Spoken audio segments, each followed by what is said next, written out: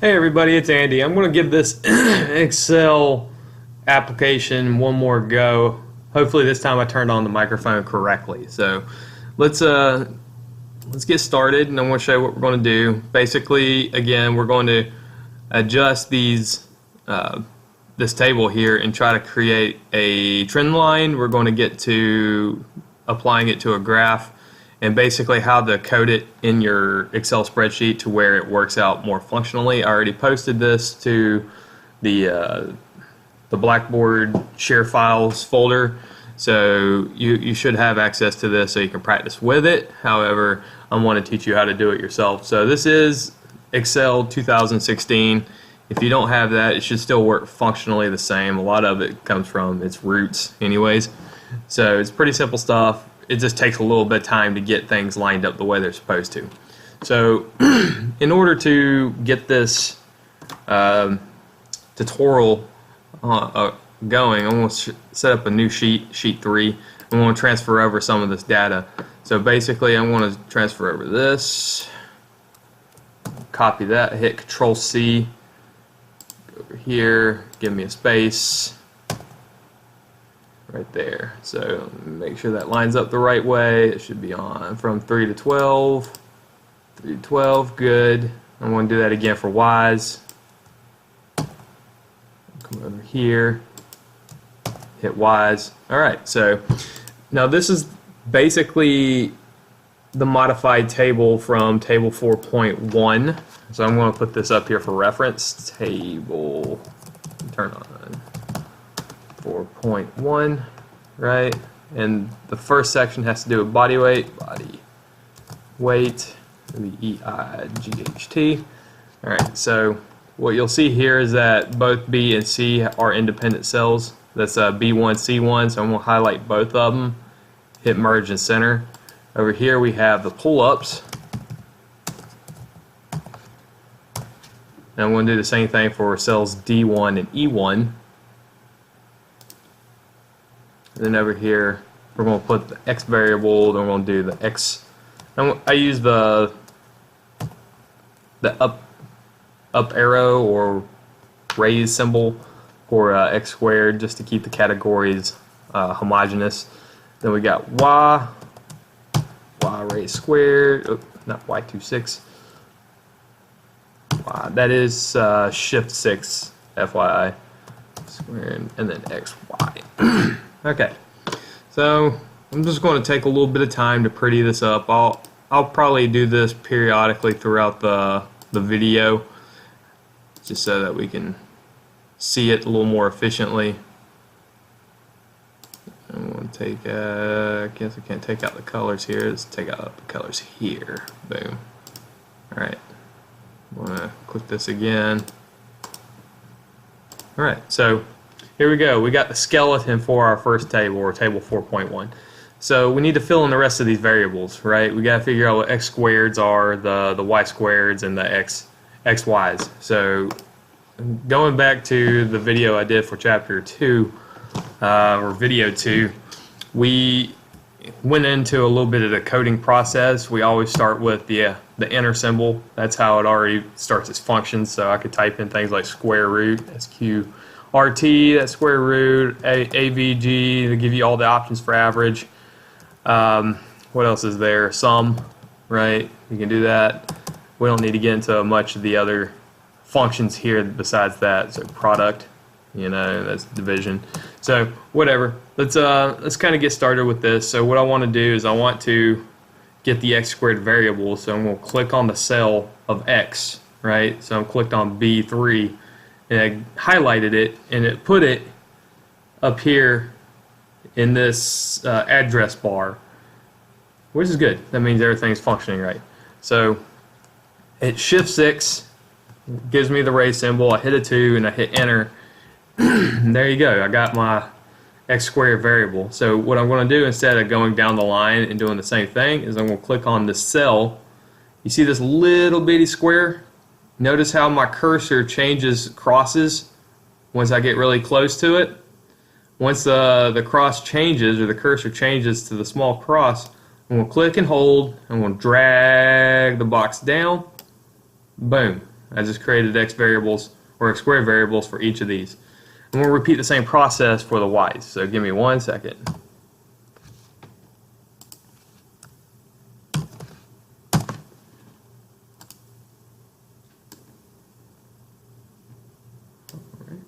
And now for the xy variable, same steps, just different boxes, right? So I'm going to hit this cell, and I'm going to hit the star button, which is the application for multiplication. And I'm going to come over to the y column. That way it's reading as 130 is being multiplied 8 times. Hit enter, creates me a value. Same thing applies. I'm going to hit this and drag it all the way down. Alright, the next step I want to do is I want to formally create this as a table. Okay, so we've put the data together, and now we need to ensure that there's a table. So let me put, what is it, subject to be. And the reason why I filled that out is because we want to highlight first. You can do it without having the area highlighted, but it's always easier just to highlight the area you want first. And we come over here, hit insert, table, and the reason why we highlighted it first is because it'll automatically default, and some people will miss this with my table has headers, so that's what these are the headers, and I'll click OK. So now notice I got these drop down functions on the headers. So what does that mean? So I click over here and you can see the variables down here, but you can pretty much rearrange the variables as needed. So I got it there, go here, right? So I screwed all this stuff up, but what I'm going to do is I'm going to fix it. I'm going to go from smallest to largest here, and that set it all back. So don't get too complex with that. Just know that those are there to help rearrange some of the data. It helps when you do more central tendency stuff and you need to line up all the numbers from smallest to largest. So that's not the case here. It just helps with the x variable because we want the x variable to be progressively increasing. So that's because the x variable is your dependent or independent variable. Y is dependent upon x. So keep that in mind. All right, the next thing we want to do is we want to get the sums, right? So now we got to sum everything up. All these columns need to be summed up. So what we do is we click onto the main cell. This will always be considered the main cell. Come over here to the design function under the ribbon. Notice that there's a total row. We're going to hit total row. And it generally just sums up the very last. But you can come down here and you can hit average, right? It'll give you average of that, which is cute. But we want some. We can do that, and if you notice there's standard deviation as well, but whatever, we just need some for this. And we can do this for each cell. Alright, notice that this number looks a little screwy. Basically when you get that, all you gotta do is expand the cell and it gives you more space to demonstrate the number. So if you notice over here I have means, right, your averages, and I'm going to apply that here, but we're not going to really talk much about that till later on. So mean, and then here I got to recode the sheet. So I'm going to hit enter. I'm going to hit AVG AVERAGE average because I want this average. When you see this parenthesis open up, that's when you come over here to the column, click and drag all the way through the variables you want the average on, hit enter, boom, it's right there. So see, numbers are lining up, good. Same thing occurs, we see the little cursor change, we scroll across, and it gives us the means for all the other variables. So let me just do this. Alright, so let's do the math portion first before we do the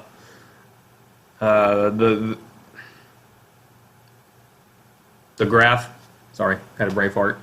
So let me transfer over this data here. Now that I have it, we'll click that right here. Boom. So now I need to figure out each of these variables, right? All the way down. And a lot of it has to do with how we apply, basically how we build our formulas. So first thing we needed to cover is the Pearson product moment correlation, which is represented as R.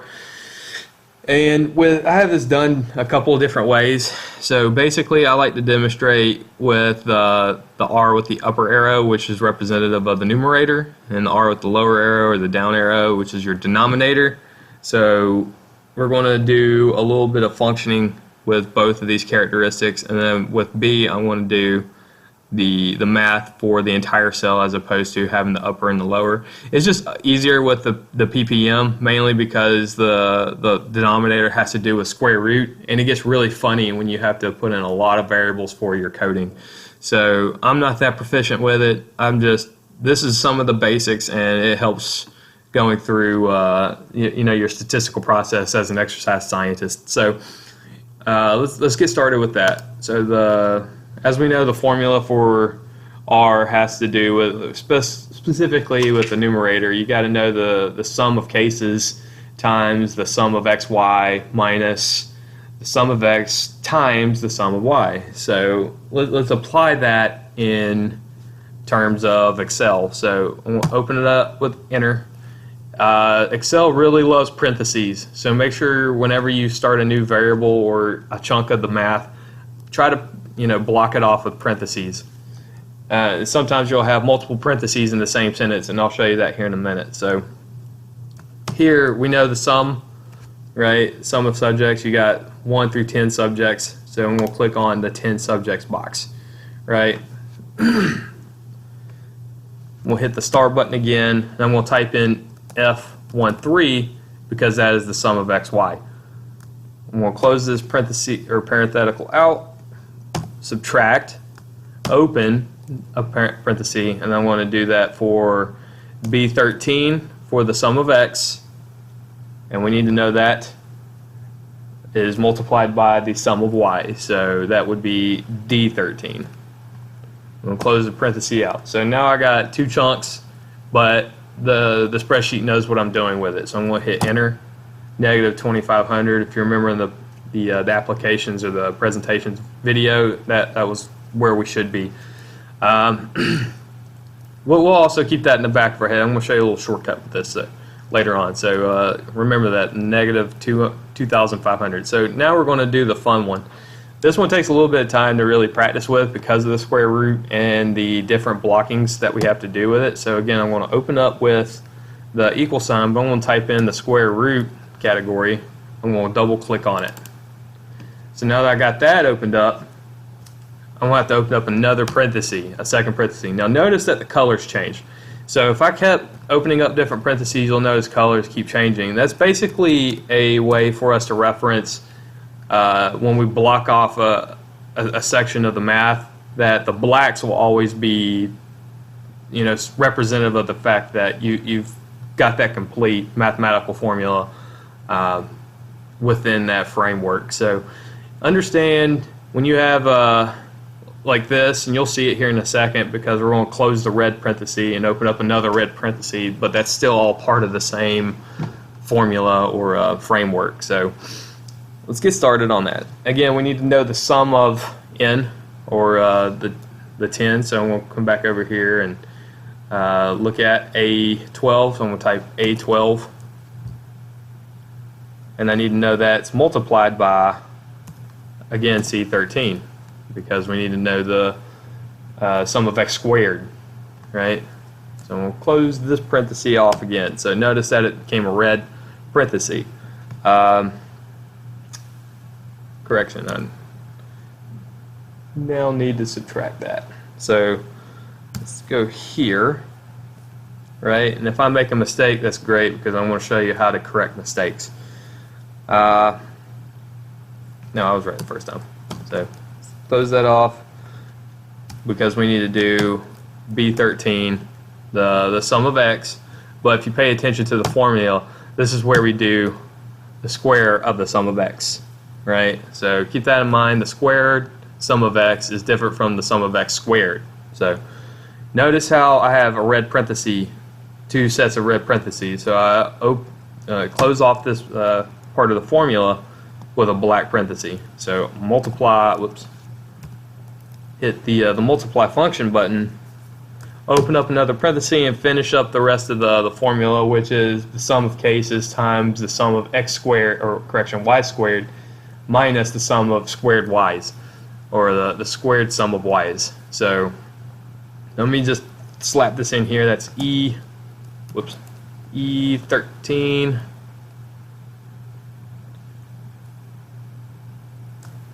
close minus open D13, and that gives me, alright, so here's a good opportunity to let you know how much smarter Excel is than the rest of us. So notice that I left this parenthesis red because I somehow miscoded these two, right? These two parentheses right here should not have been there. So what it did is it recognized it, and so it's changing my formula a little bit. So let's see what it's doing. It says A12 times C13 minus B13 squared. Good, that's what I needed. So times this, but it removed the last parenthesis, so it's going to give me a wrong answer. I'm going to have to go back in there and correct it. Hit OK, right? So come back over here, and you can see that that number was incorrect. So let me show you how to fix this. We come back to this box. So let's click on the address box so you can see everything, change colors, and you can understand where the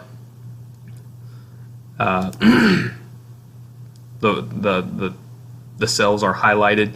So I'm going to correct my mistake here. I'm going to delete this, right? So you noticed how the D13 parentheses changed colors, right? So black here, I delete this, now it's red. That means I have an open formula that needs to be blocked off. So I'm going to space myself all the way to the end, replace that parenthesis, then hit enter. I still have an error. So give me 1 second. I'm going to try to figure out what I did wrong. Right? So C13, B13 squared, open. It should be one parenthesis. I need to do this one. Right? I messed up right here. That's where I made my mistake. I forgot to put the cases. So that's A12 times this. That's why I needed this parenthesis. We come back here and open up another parenthesis. So boom. And still another answer. It's getting a little janky for me.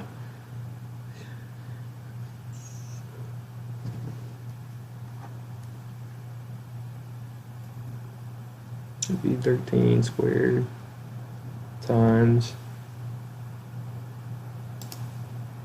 10 times E13 E13 2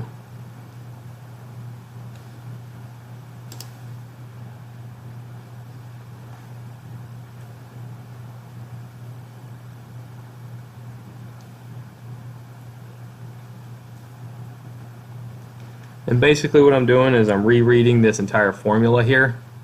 There's two parentheticals here and two parentheticals here. So it kind of shows the fact that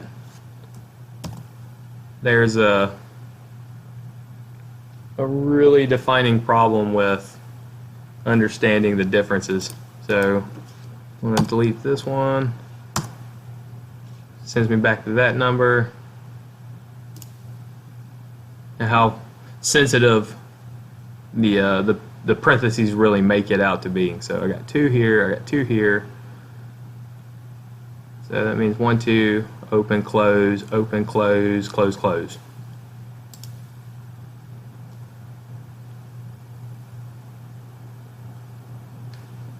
Because I have 3 here. Go here. So I got 2 right here, right? Open, close. And this is where it kind of gets to the point where you need to really start talking to yourself. If you hear me say open, close, that's because I'm saying open right here. See that arrow pointing to that black parenthesis? Open, open, open. And on my left hand, I'm counting how many times I say open. So I got 3 on my left hand. So I'm going to close, which means now I'm subtracting 1 from my left hand.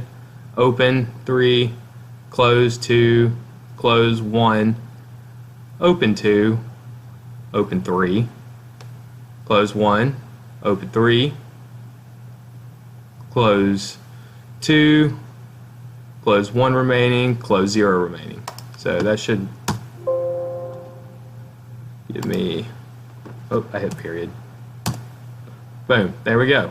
See, now you got a little experience in seeing me make my mistakes. It's not, I'm not, like I said, I'm not an expert in this, so I'm gonna make mistakes, but I'm gonna show you how to fix those mistakes, right? So I'm a little bit more practiced with that. So now the hard stuff is done. We're gonna do this, right? We're gonna go over here, we're gonna click the numerator, we're gonna divide that by the denominator. Simple, boom, we get that. Now let's check and make sure that's the same answer. Yes. Great. So again, when we look for the total variance or the shared variance function, so we're going to take the ppm, square it, and now we got that.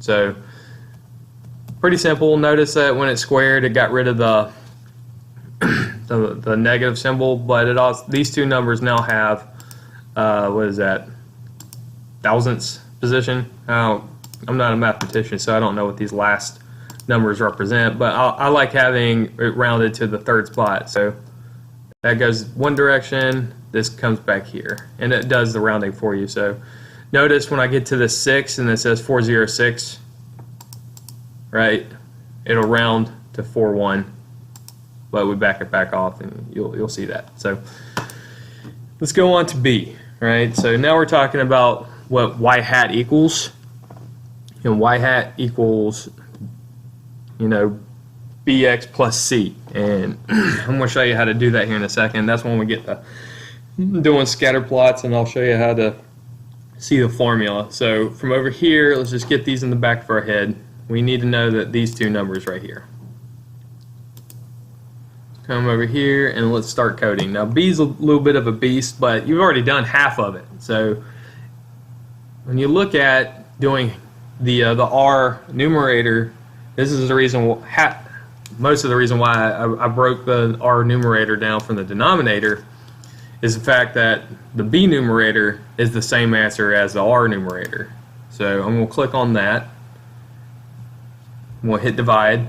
And now I'm going to code the denominator, which is the first portion of the R denominator. So again, it's pretty simple. All you got to remember is R and which place or which chunks of R goes into the B denominator. So I want to open up the parenthetical again. Right? So the biggest difference is the reason why I'm not clicking on our denominator is the fact that we don't have to square root this formula, this part of the formula. So it does change the answer for the denominator. Not just because it's half of the mathematical formula, but just because it's, you don't have to put in as much work for it. So here I'm going to open up two parentheses. I'm going to type in A12, I think. Yep, that's the one. And we need to multiply that by C13, because the B formula, we need to know the amount of cases times the sum of xy, or correction, the sum of x squared minus the squared sum of x's. So here we go. We got that number coded. And I want to hit minus this time instead of closing the parentheses off. We'll open up a second or a third parenthesis, right? Make sure I'm following my math right here. B13, close. Whoops, do that. Close that off. And now I got that as a number. So let's look again, check the answer. Boom, right answer. And if you really want to see it, if you look right here, it says negative 0.128. Come back here, move that function over, negative 1.28. So now we're hard charging. Now C is the reason why I did the means the means line, right? So we only really need two numbers of it. It's just easier to get it all done at one time versus having to pick and recode certain areas. So I just did it one time and slid it across.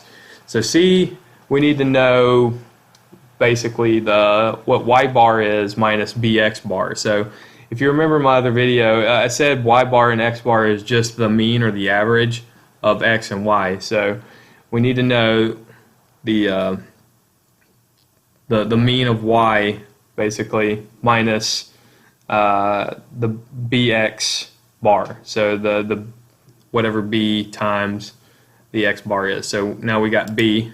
Right now we can do C. I hope I explained that relatively well. So we'll want to come back here and we'll hit enter, right? And then I'm going to click on the mean of y right here minus this times this. I'm going to hit enter. No parentheses this time, right? It's a very small, short mathematical function, and it gave me the answer I'm practically looking for. So if we come back here and look at the graph, 25.888, right?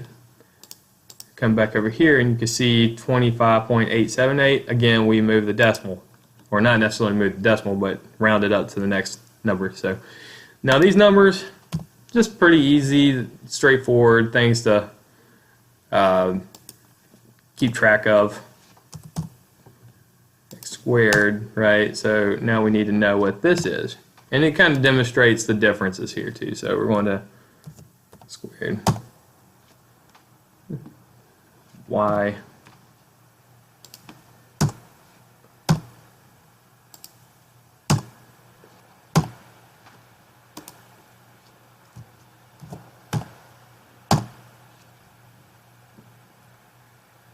whoops, that's the wrong one. So that's E13. And now you can see that there are significant differences between the sum of x's squared right here and then the squared sum of x's here. So you can see that in, you could quantify that now, right? So now we want to build the spreadsheet, not the spreadsheet, we just built the spreadsheet. We need to build the graphs. And how do we do that, right? So it gets a little wonky in the beginning because basically you'd have to go here and you'd have to hit control and you'd have to go here, but guess what? Excel's not going to recognize that. So we're going to open up, we're just going to come back, hit on the insert tab in the ribbon, come over here and find the scatter plot chart, right? So I'm going to click on that and it gives me no data whatsoever. So we need to tell it which data we want.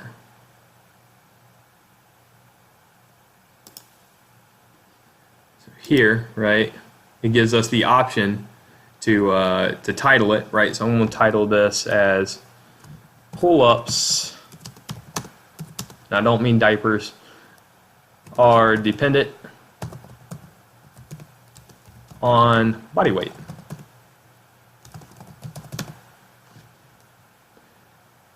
I'll click on this, right? It gives me the opportunity to basically come over here and scroll through and let it know what I want. So that's my X values. Hit enter. Edit, because I forgot to do this part. We'll come over here.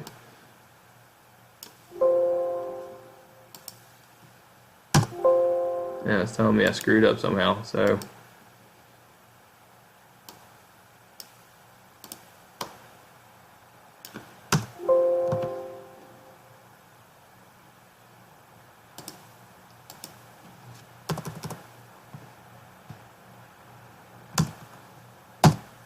there we go. I don't know why I did that. It gave me a +1 right there.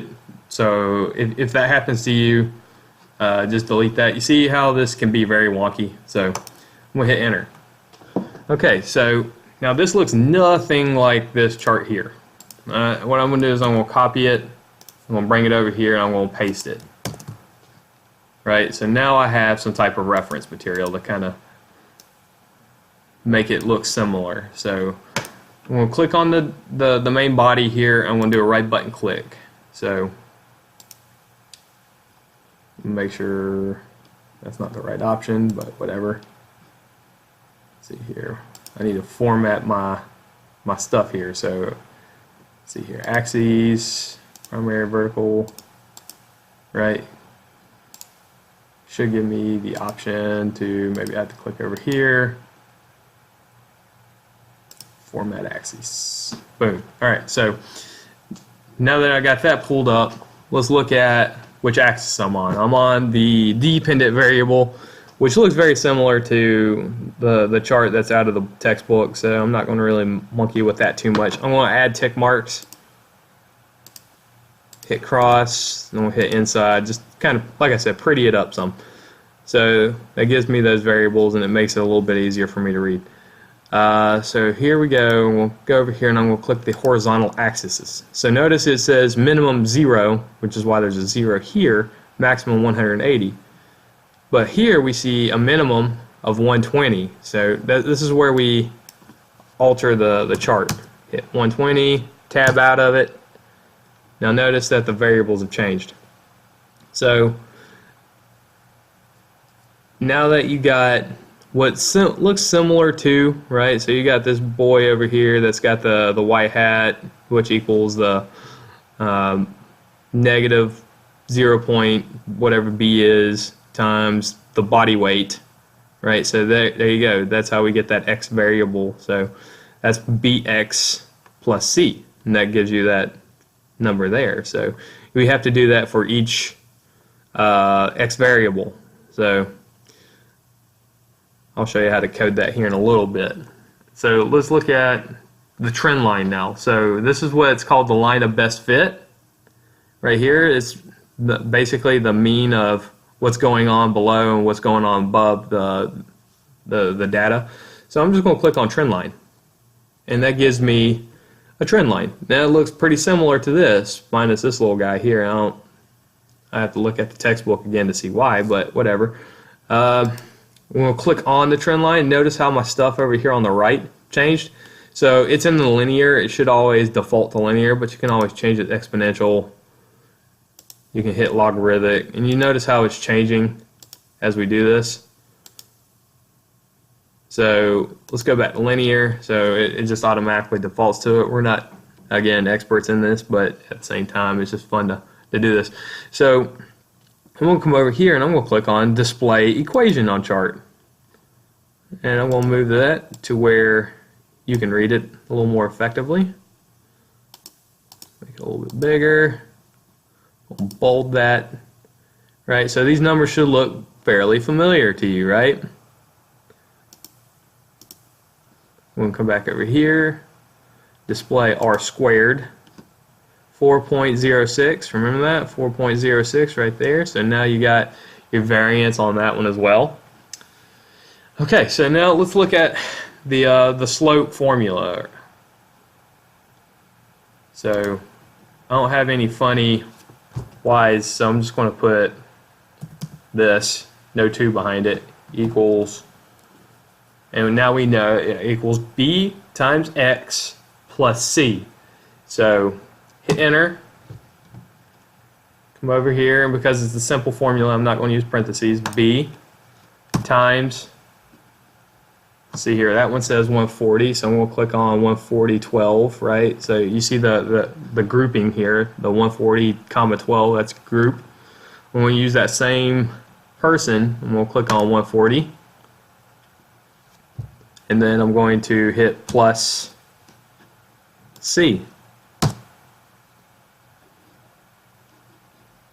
And what you're going to see here, there's a difference, right? As I said in the previous video, Excel is not just looking at 1.28. It's looking at all of this. And that's going to change the number drastically. This is the reason why I brought this up. So I'm going to put the negative 0.128 and notice how that's what that says right here. And let's do this. I'm going to put 25.888. And now what I'm going to do is I'm going to hit this times this plus this, and that changes it. So keep that in mind as you're going through the Excel, that your rounding numbers is going to really depict on your answer. So we have a pretty, I would say that's a significant difference. So what is the difference here? I want to do this minus this. This could be the difference between getting you know, the point correct or a couple of points docked off. So make sure, like, if you're following Excel's data, remember that, keep that in the back of your head, that the rounding is just for your visual preference. It's not the end or the last number. So it goes on till infinity, until it's 0, 0, 0, 0. So keep that as a skill set. So remember that when you're doing your homework or you're doing your tests, to understand that there will be a pretty big change when it comes to that kind of stuff. So I hope this helps. That's pretty much it for this chapter. I know it's a little bit longer than I expected it to, but we've accomplished a little bit, or a lot in a little time, so I feel like there's a small sense of accomplishment on my part. So keep that in the back of your head, and remember that this video is, or not this video, but the data is uploaded on Blackboard, so you got it at your disposal. Practice with it, find your own variables. Over here, right, you can use table 4.2, chin-ups versus pull-ups, and you can do the same thing. Get that variance, get that, you know, our ppm number, and go from there. So hope this helps. If you got any questions, leave them at the in the comment section below, and I'll get back to you. Thank you.